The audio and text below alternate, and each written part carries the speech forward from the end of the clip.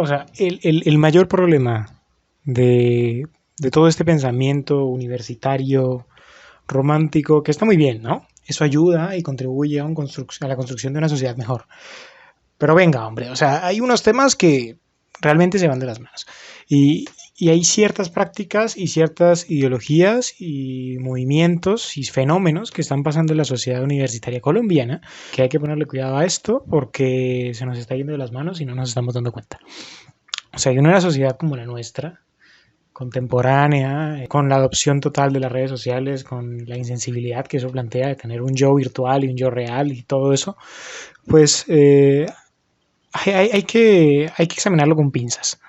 Porque, a ver, pensemos, hay un cierto dogmatismo que ya nace y crece y se reproduce en las aulas universitarias, en el pensamiento universitario, en el activismo universitario, ¿no? Entonces hay una falta de moderación terrible. Claro, hay una ventana de Overton que dice que eso podría, que pensamientos más radicales hacia el bienestar o el bien común podría llevarnos a una mejor sociedad. Pero digamos que no es tan fácil, no es tan sencillo como decir que, oh, sí, sí, hagamos esto y hagamos aquello. Y lo voy a poner en una cuestión sencilla, ¿no? Eh, yo estudié en la UIS y hay ciertos comportamientos extremistas, entonces poco prácticos, poco pragmáticos, y yo siendo ingeniero me choca un poco. ¿No? Entonces, hay ciertas cosas como que dicen alternativas para financiamiento de X iniciativa porque, digamos, al hospital de la universidad le hace falta ciertos equipos y hay el lado que dice que hay que privatizarlo o que se busquen sus implementos y hay otro que dice que no, que hay que subsidiar todo y que subsidiemos todo y hagamos fiesta con todo ese dinero. ¿No? Entonces, hay una parte en la que dice, pero es que esto no es cuestión de más o menos libertades según Overton, sino es una cosa más de objetividad en el asunto. Yo sé que todos somos muy subjetivos, pero digamos, nadie se fija a los hechos. O sea, ¿cuánto vale eso? ¿Por qué no es viable? ¿Cuáles son los datos? Y te pongo una cuestión muy actual, y ahora que estamos con el COVID, eh, hay un lío tremendo con eso, porque la gente que no tiene acceso, yo estudio en una universidad pública y como tal, no todo el mundo tiene acceso a Internet ni a un medio virtual. Entonces hay un gran lío y un gran debate sobre eso.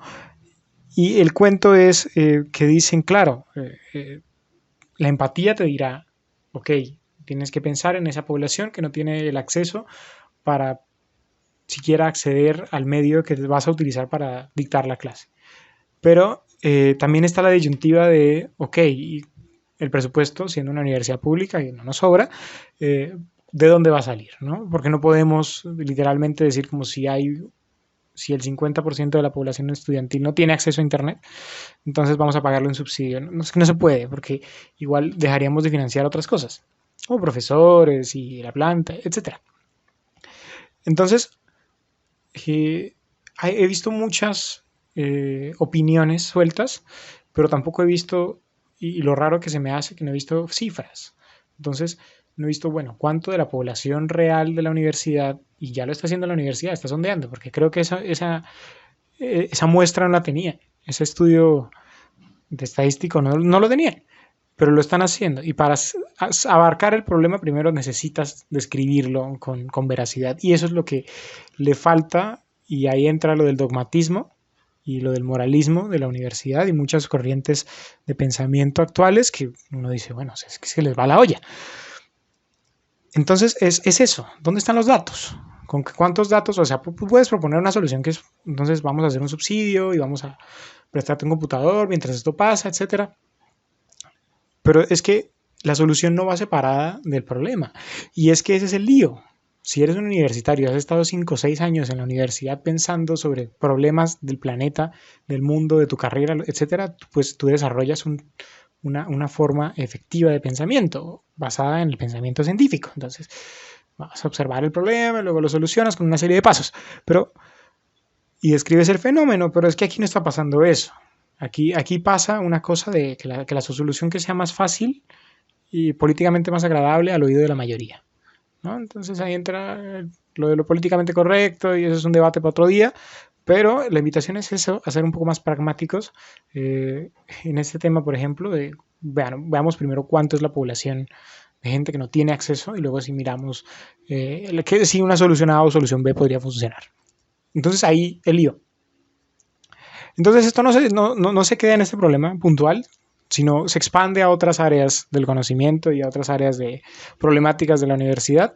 Y también es que yo no sé si se da en todas las universidades, pero en la mía pasa mucho que el entorno universitario piensa que es una república independiente. O sea, hay un estatuto que dictamina que hay una independencia, una autonomía universitaria en Colombia, pero eso no te da potestad, por ejemplo, de tomar tus decisiones unilateralmente y no concertarlas con nadie, porque a veces pasa eso, que la bravuconada de decir es que yo soy independiente y venga y yo me saco aquí lo que yo quiero hacer y punto, y si no te gusta pues de malas, no, pues o sea, todo es más sencillo y más cordial, más amable si lo hablamos primero. Entonces, y te pongo otro caso para cerrar, hay cierto problema con el transporte público en Bucaramanga, que es muy caro y sí es muy caro, pero y hay más datos de esos sí tenemos datos para hablar de soluciones, pero hubo un problema con los doble pasajes, se cobraba doble el pasaje, o sea, había un error en las tarjetas y en la medición de algunos cobros y la primera solución que dijeron fue, no, bloqueemos el sistema. Entonces, el sistema, no voy a entrar aquí a decir cómo funciona Metrolínea, pero es una serie de nodos conectados que no son continuos, que están dispersados por el resto, están dispersos, perdón, por el resto de la ciudad. Y si cierran un nodo, el sistema sigue funcionando porque funciona por las vías comunes de la ciudad. Entonces decían, no, pero es que vamos a cerrar entonces la estación que queda, el nodo que queda más cerca de la universidad y así vamos a hacer presiones que, pues a ver, si uno es pragmático, si el gerente del sistema de transporte público es pragmático, pues cierra el lugar y ya está. Y el sistema sigue funcionando y ya envían a la policía y nos sacan de ahí, etcétera. Pero era la opción de tomar la acción, o sea, las vías de hecho, antes de hablar y siquiera preguntar. Entonces ya se preguntó y se habló y fue un representante que es estudiante y al mismo tiempo es concejal de la ciudad y hizo el cambio y habló y efectivamente el cambio se hizo y se mejoró el sistema. Y se solucionó el problema, porque no es mejorarlo, sino solucionar una cosa que falló. Pero es eso, ¿no? Entonces hay una corriente peligrosamente desarrollada en las universidades, porque yo no creo que sea solamente aquí, yo tengo amigos en la Nacional y tengo amigos en otras partes del país que me dicen, no, la cosa sigue también por aquí del mismo modo. Entonces la respuesta simple es peligrosa. Entonces hay una leyenda que la aprendí hace poco, hace unas semanas, y me parece muy exacta a lo que pasa aquí. Hay una leyenda de un nudo que se llama el nudo gordiano. Entonces había un tipo en la ciudad de Frigia, si no estoy mal.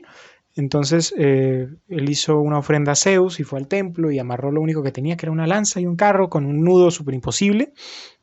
Y se empezó a correr la leyenda de que la persona que desarmara el nudo sería rey de toda Asia. ¿Y por qué? Porque el nudo era muy complicado. Entonces se hace un símil entre ese nudo y la complejidad que es gobernar y tomar decisiones a ese nivel, porque se interconectan muchos fenómenos entre sí y es demasiado complicado de desenredar. Entonces, pero llegó Alejandro Magno y cuando llegó a la ciudad cogió su espada y de un tajo cortó el nudo a la mitad y ya se solucionó el problema.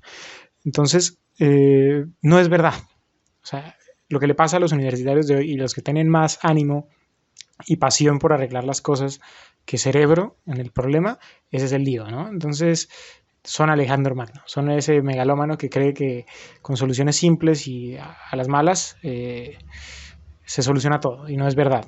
Te puedes cargar un montón de cosas en el camino y, o sea, el camino al Hades, al infierno, pues, está